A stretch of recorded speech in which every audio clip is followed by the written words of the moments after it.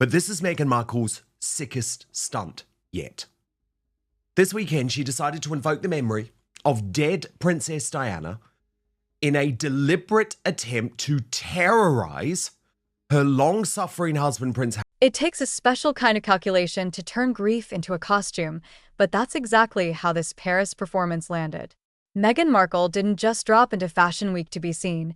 She arrived determined to script a moment.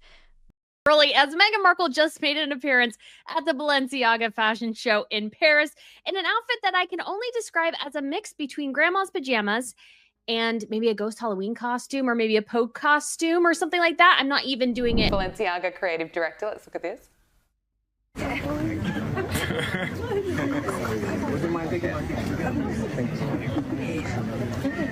White on white glamour, oversized shades, the slow-motion glide past flashbulbs, and then she punctured her own theater with the one scene nobody asked for. The drive-by of the Pont de l'Alma, the tunnel where Princess Diana lost her life. Backlash for posting a video of herself riding in a limo with her feet up near the Parisian tunnel where Princess Diana died. It wasn't reverence. It wasn't remembrance. It looked like choreography. Exactly what she was doing. Just say, anyone who has doubted me over the past decade about this evil woman now needs to eat some humble pie. Because this video, designed to mentally... Camera on. Angle set. Music cued. Post. People gasp not because she went to Paris. People go to Paris, but because she packaged that place into aesthetic content. When one of the photographers outside the hotel mentioned security, knowing... Clip of her reclining in the back of a car, feet up, city lights sliding by, played like a trailer for a movie that should never exist. The message that many took from it felt cold. Grief as backdrop, tragedy as set piece, legacy as engagement bait. You could feel the internet stiffen. Even sympathetic voices hesitated. This was not a casual tourist detour. It felt plotted, rehearsed, and executed to the second. That same weekend, she leaned hard into the Diana palette. Sleek hair, sculpted silhouette, the stark white gown under camera flashes, sunglasses that could have been pulled from a 1990s contact sheet. Compare the images and the parallels are almost eerie. A Vanity Fair echo here, a body language mirror there, a carefully softened expression that lands somewhere between pained and poised. But homage requires humility, and what bled through instead looked like ambition. The more the styling chased the past, the less authentic the present felt. This isn't new, critics argue. This is the template she's followed for years. The compassionate lens flare, the hand-to-heart pose, the tear-bright interview line about being unheard, unprotected, misunderstood. Diana, once in a century organic magnetism, never had to manufacture connection. It happened around her. With Meghan, the machine feels visible. You can hear it where the stylists, the storyboards, the edits, and the noise drowns out the sincerity. When you're recreating another woman's life beats, down to the perfume notes and photo call mannerisms, it stops reading as respect and starts reading as strategy. Then there was the fashion show itself. Balenciaga, still shadowed by controversy, was a provocative podium. Less runway, more referendum. The dress dominated her frame like a fabric avalanche.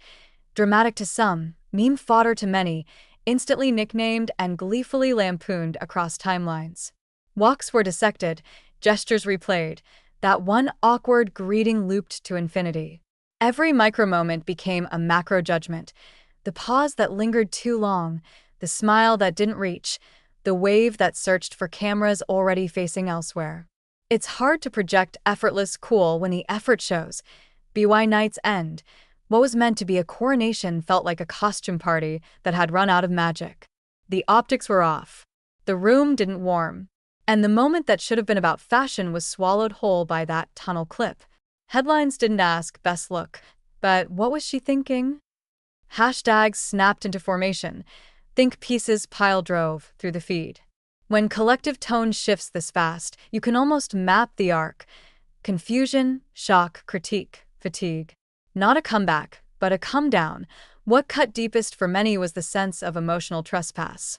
That strip of road is not neutral ground. It's sacred memory for a family and a raw wound for a country that watched the world's most photographed woman be hunted into darkness.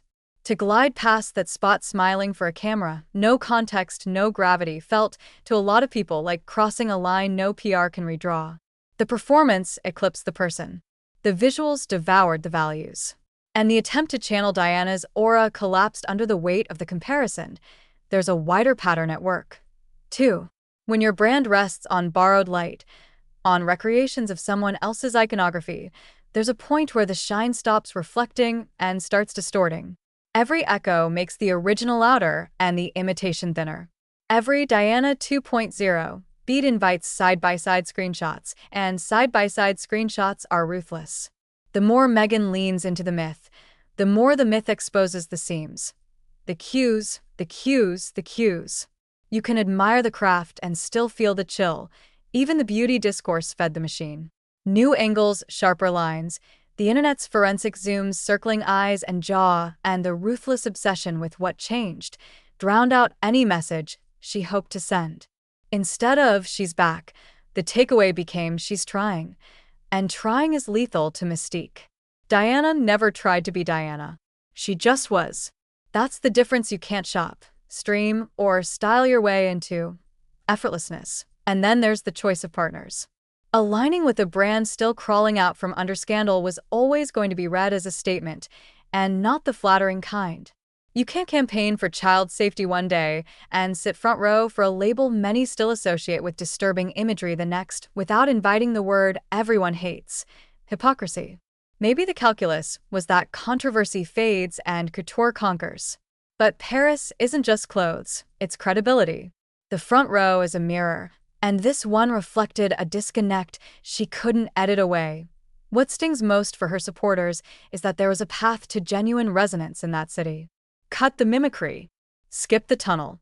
Choose a house without the baggage. Wear something that whispers instead of shouts. Let the camera discover you rather than chase it down.